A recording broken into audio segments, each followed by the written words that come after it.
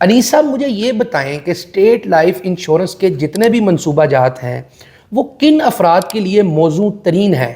کوئی ایسے بھی افراد ہوتے ہیں جن کے لیے اسٹیٹ لائف کے منصوبہ جات موزوں نہیں ہوتے یا ان کو یہ پالیسی اختیار نہیں کرنی چاہیے؟ آپ ایسے لوگوں کے بارے میں لازمی بتائیں کہ جن کو یہ پالیسی لازمی اختیار کرنی چاہیے۔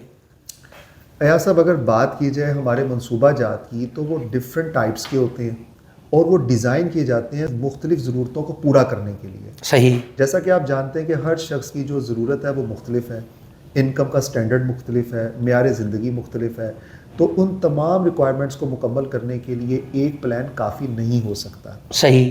ہمارا کام یہ ہے کہ ہم نیڈ انالیسس کرتے ہیں اور پھر اس کا سلوشن پلان کی صورت میں پریزنٹ کرتے ہیں۔ صحیح۔ جیسا کہ بات کی جائے انڈومنٹ پلان کی، شاد آباد کی، جیون ساتھی یا چائلڈ ایجوکیشن میرج پلان کی، ان تمام پلانس کے فیچرز مختلف ہیں۔ ٹھیک ہے۔ چائلڈ ایجوکیشن میرج پلان میں جیسا کہ آپ جانتے ہیں وہ اسپیشلی بچے کے بہتر مستقبل کے لیے ڈیزائن کیا جاتا ہے، اس کی اعلیٰ تعلیم، شادی یا کاروبار کے لیے۔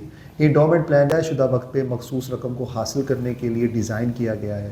جیون ساتھی میاں بیوی کے ریلیشن کو دیکھتے ہوئے ڈیزائن کیا گیا ہے جس میں دونوں کے لیے زبردست تحفظ شامل ہے۔ بے شک۔ اور شاد آباد پلان ان افراد کے لیے انتہائی موزوں ہے جو انشورنس کا تحفظ زیادہ چاہتے ہیں۔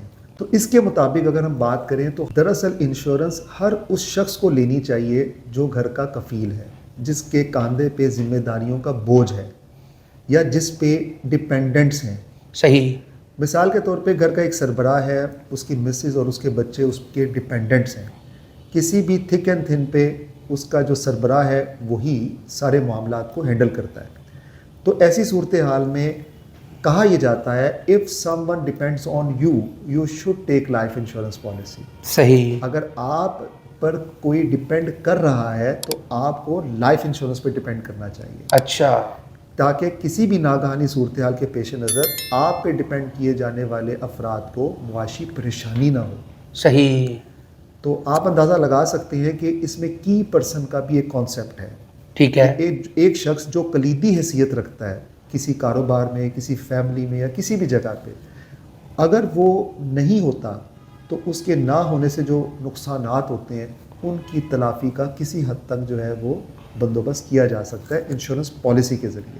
مطلب انیس صاحب آپ یہ کہہ رہے ہیں کہ ایک ایسا شخص جو اگر دنیا میں نہ رہے اور اس کے پسماندگان موجود ہوں تو اس شخص کو لازمی لائف انشورنس جو ہے وہ کروانی چاہیے۔ بالکل۔ اور ایسا میں یہ کہنا چاہوں گا کہ ایک لمحے کے لیے سوچنا چاہیے ہمیں، کیونکہ ہمیں نہیں پتہ کہ ہماری ڈیٹ آف ڈیتھ کیا ہے۔ بے شک۔ ہم ایک لمحے کے لیے سوچیں کہ خدا نخواستہ اگر ہمارے ساتھ ایسا کوئی واقعہ پیش آتا ہے کہ ہم اس دنیا میں نہیں رہتے، تو جو ہمارے پیارے ہیں جیسے ہماری زوجہ ہیں، ہمارے بچے ہیں، ان کا کیا سروائیول ہے؟ ایسے ہی ہے۔ یعنی کہ کون ان کو جو ہے بیک اپ دے گا، یہ ذمہ داری ہماری ہے۔ بے شک۔ یا تو آپ کے پاس پراپرٹیز ہیں، آپ کے پاس اتنے وسائل ہیں کہ آپ کو ضرورت نہیں ہے۔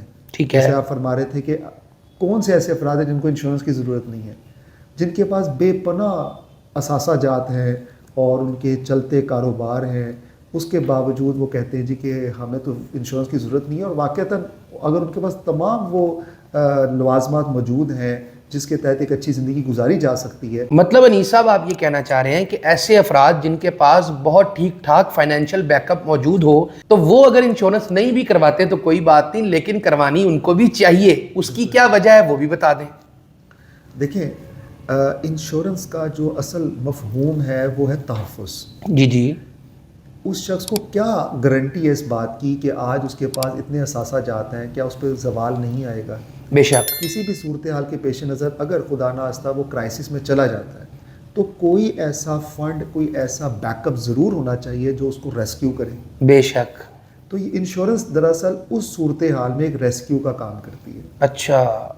ایک سروائیول آپ کو جو ہے نا وہ ایک امید ملتی ہے یہاں سے۔ صحیح۔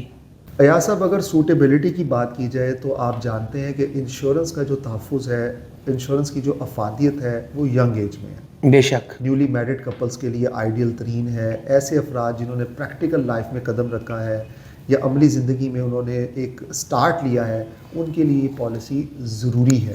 صحیح۔ ایک فائنینشیل بیک اپ کے طور پہ، ٹھیک ہے، اور آنے والے کل میں اکٹھی رقم کو حصول کو ممکن بنانے کے لیے اس سے بہتر کوئی ذریعہ نہیں ہے، ٹھیک ہے، جس میں وہ ذہنی سکون حاصل کر سکتے ہیں، پابندی سے بچت کرنے کا بندوبست کر سکتے ہیں، اور ساتھ ساتھ اپنے خاندان کو معاشی تحفظ فراہم کر سکتے ہیں۔ بے شک، خاص کر وہ والدین جو صاحب اولاد ہیں اور اپنے بچوں کے بہتر مستقبل کے بارے میں اکثر فکر مند رہتے ہیں، تو ان کو بچوں کی پیدائش پہ ہی اسٹیٹ لائف کی پالیسی لے لینی چاہیے، تاکہ یہ رقم ان کے اس وقت کام آئے جب ان کو اس کی اشد ضرورت ہو، جیسے بچوں کی تعلیم، اعلیٰ تعلیم، شادی اور کاروبار جیسے مواقع۔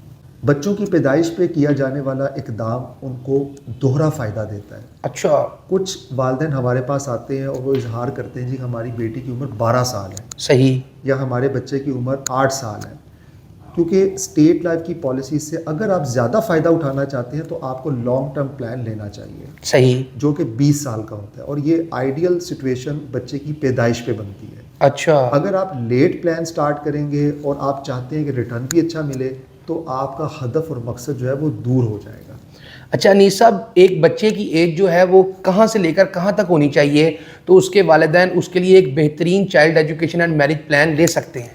اگر بات کی جائے بچوں کی ایج کے حوالے سے، تو 1 سے 5 سال تک کے بچوں کے لیے آئیڈیل پلان جو ہے وہ آپٹ کیا جا سکتا ہے۔